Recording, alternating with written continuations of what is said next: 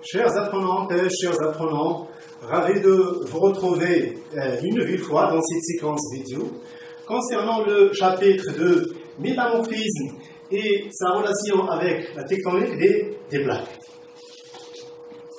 Comme introduction ici, dans les chaînes de montagne, une grande partie de ces roches-là change de structure, de minéralogie à l'état solide, en profondeur suite au changement des conditions de pression et de température à l'intérieur du globe terrestre. Ces roches-là, ils appelaient les roches métamorphiques, c'est-à-dire ce sont des roches qui existent à la profondeur au niveau d'une chaîne de montagne. Les questions qui se posent dans cette introduction, la première c'est quelles sont les caractéristiques structurales et minéralogiques des roches métamorphiques en général. On va étudier deux zones, la zone de collision et la zone de subduction. Très bien. Donc, la deuxième question, quelle est leur relation, c'est-à-dire les roches métamorphiques, avec la tectonique des plaques? Donc, pour répondre à cette question, on va commencer par la zone de collision, c'est-à-dire des caractéristiques structurales et minéralogiques et chimiques aussi au niveau des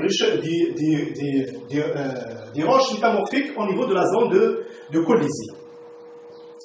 Voilà, ici, comme j'ai déjà dit, on va prendre l'exemple d'une zone en France qui s'appelle Limousin, ici, qui représente ici une partie des affleurements des roches métamorphiques de cette zone-là en France. Donc, la légende, on a ici un ensemble des roches. Comme vous voyez ici, il y a R1, il y a R2, il y a aussi R3 et il y a ici cette roche-là. On va commencer par la première. La première, il s'appelle le schiste. Le schiste. Et aussi, à côté là, il y a le micaschiste. Voilà, c'est le schiste. Le micaschiste, c'est la roche R2. R3, c'est le gneiss. Ici, c'est le gneiss. Voilà, c'est le micaschiste et le schiste. Et à côté, il y a la roche de granit. Ce qu'il faut retenir ici, c'est que toujours, dans la nature, on trouve des roches métamorphiques à côté de la roche de granit. Donc, la question qui se pose, c'est pourquoi? On va répondre, bien sûr, à cette question-là dans le troisième chapitre. Ici, on va s'intéresser seulement à cette séquence métamorphique, à cette série de roches qui s'appellent les roches métamorphiques. La première, c'est le schiste. La deuxième, c'est le micaschiste. Et troisième, c'est le gneiss. Et il y a une interférence avec la roche de granit à côté. La question qui se pose ici, c'est d'écrire la répartition des roches métamorphiques dans la région de Limousin. Voilà, il faut tout d'abord signaler qu'il y a des failles ici, ce sont des déformations tectoniques, c'est-à-dire des déformations au niveau structural. Les failles, voilà les failles ici. Et aussi la région a subi des contraintes tectoniques. Et donc c'est une zone de collision, parce que c'est une partie qui appartient aux Alpes européennes. Et aussi les affleurements des roches de schiste, micaschiste et gneiss, qui ce sont des constituants, ou bien que ce sont des roches avec des constituants caractéristiques. Et il s'agit aussi de roches métamorphiques accompagnées de la roche de granit, ici, comme on a déjà signalé. Ici, voilà les images de ces roches-là, de ces trois roches. Voilà le schiste. Comme vous voyez ici, c'est une roche sous forme de fillette et se caractérise par une couleur verte. Cette couleur verte-là, normalement appelée, c'est-à-dire, il revient à le pourcentage élevé de le minéral de chlorite.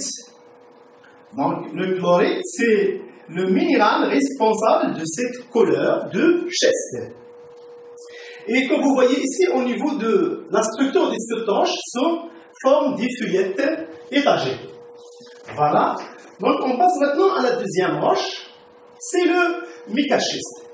Si on compare le schiste avec le micaschiste, cette roche-là est compactée en plus, et donc sous forme d'une petite, c'est-à-dire il est plus condensé, plus de compact par rapport à celle de schiste. Et aussi se caractérise par certains minéraux caractéristiques qu'on voit cités dans la figure suivante. Voilà ici la roche de gneiss qui se caractérise par, comme vous voyez ici, des lits noirs. Il y a des lits noirs, il y a des lits blancs, des lits noirs, des lits blancs, et donc à cause de les types des minéraux qui existent au niveau de cette roche-là. Et comme vous voyez au niveau de la structure, il est plus compact par rapport aux deux roches précédentes, c'est-à-dire le schiste et le micaschiste, donc condensé et représente des laits noirs et des laits blancs. On passe maintenant vers la structure microscopique de ces roches-là. La composition, on va voir la composition minéralogique et la composition chimique des roches métamorphiques. Nous avons cette figure.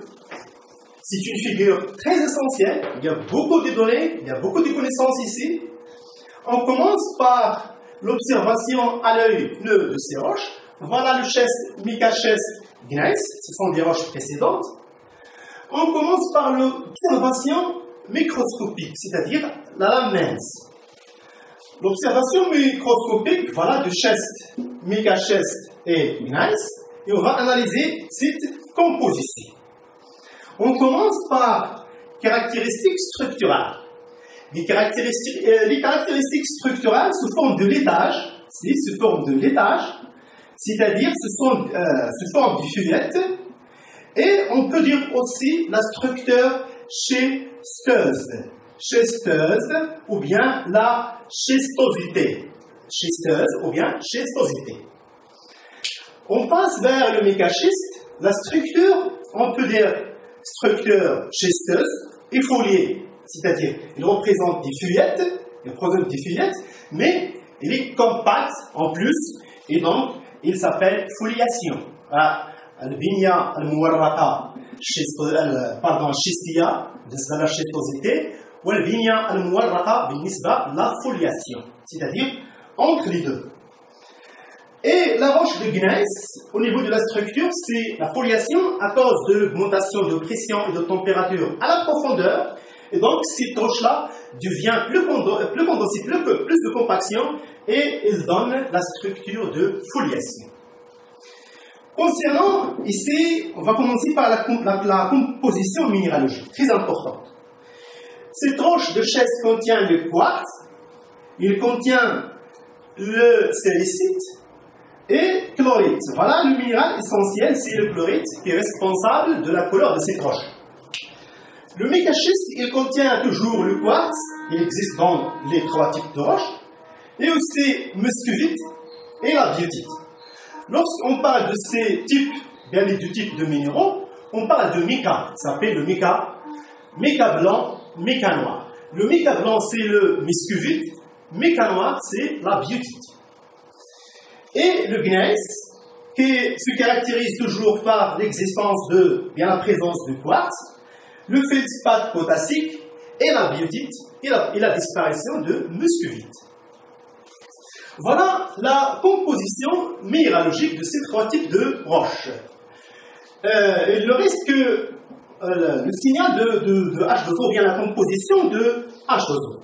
Que vous voyez ici, le nombre dit plus, c'est-à-dire que la composition au nombre de cette roche est très importante. Ici 3, ici 2, c'est-à-dire lorsqu'on allant de la surface vers la profondeur, c'est-à-dire du schiste, micaschiste vers le gneiss à la profondeur de la chaîne de montagne, il y a une diminution de la quantité d'eau à cause de l'élévation de pression et de température. Il y a une évaporation et donc elle mène à une variation de la composition minéralogique. Voilà, ici. Donc, la composition chimique. la composition chimique que vous voyez ici de ces roches, schiste, mica, schiste, le gneiss, que vous voyez les pourcentages, par exemple le silice, ici O2, 60,2 au niveau du schiste, mica schiste 60,9 et le gneiss 68,7. AL2O3, oxyde d'alumine, 20, 19, 16. Ici, oxyde de fer, 2, 1, 0, 3, 4, 4.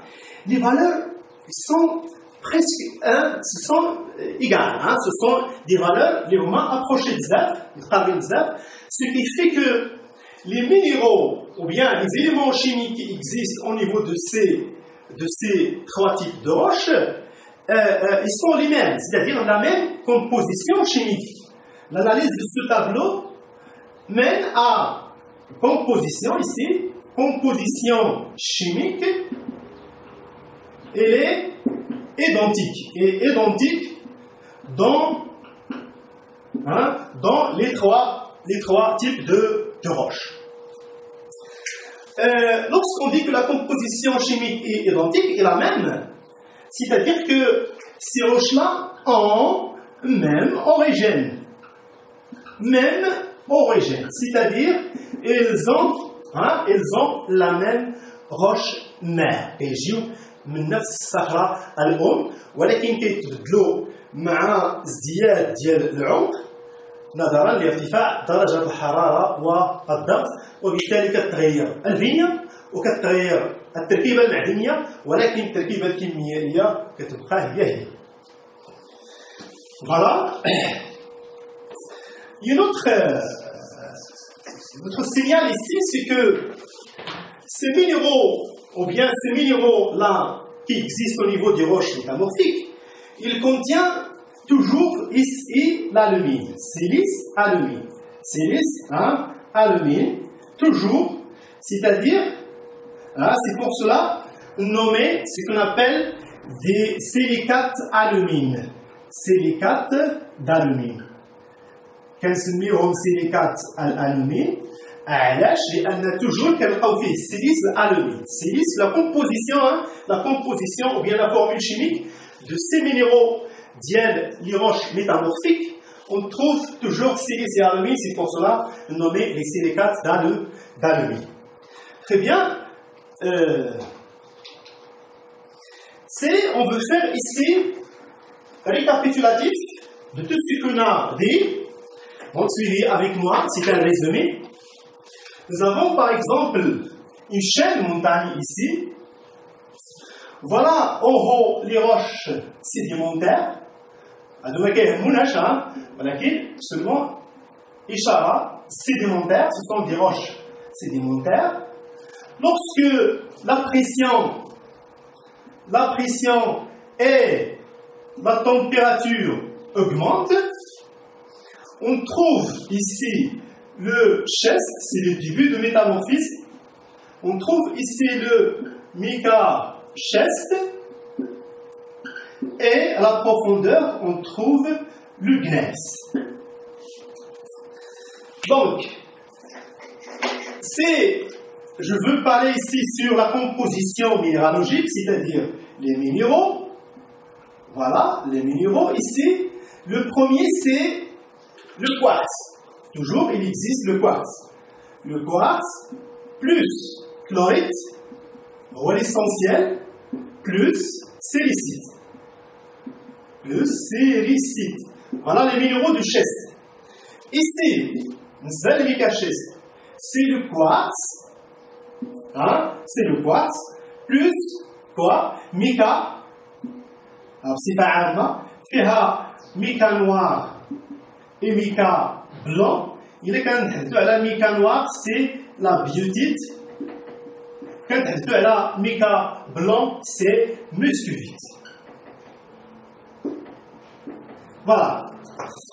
Et aussi au niveau du gneiss, on trouve le quartz, le marron, le quartz, le marron, plus feldspathe potassique,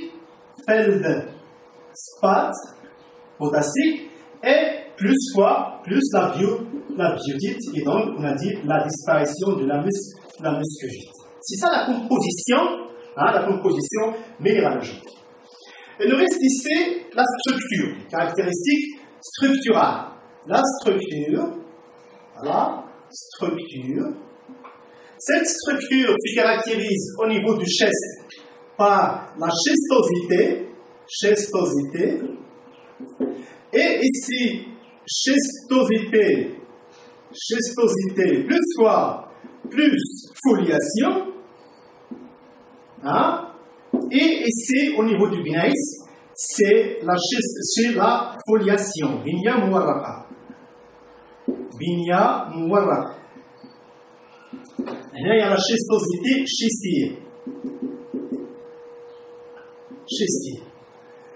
Il nous reste seulement la composition chimique. On a dit que la composition chimique de ces minéraux-là, de ces minéraux qui constituent les roches, est la même. Hein? Même, c'est la composition chimique. La composition chimique est la même. C'est ça le résultat. C'est-à-dire, au niveau des indices de collision, les roches métamorphiques, elles sont différentes au niveau de la composition minéralogique et aussi les caractéristiques structurales, et elles ont même composition chimique. Voilà ici notre résumé. Regardez ici. Lorsqu'on passe ici, vous pouvez arrêter la vidéo et lisez le cours. Je passe directement ici. En passant de schiste vers le mécaschiste, vers le gneiss. Le degré de métamorphisme augmente. Le schiste, mécaschiste, le gneiss, le degré de métamorphisme il augmente. Aussi, certains minéraux disparaissent comme le muscovite, comme on a déjà cité, et d'autres apparaissent aussi. Et on passe du domaine de la schistosité vers le domaine de la foliation. Voilà, on a terminé les caractéristiques structurales et minéralogiques et chimiques des roches métamorphiques dans la zone de collision. Dans la vidéo prochaine, on va discuter ces caractéristiques aussi, mais des roches métamorphiques, mais au niveau des zones de subduction. Merci pour votre attention.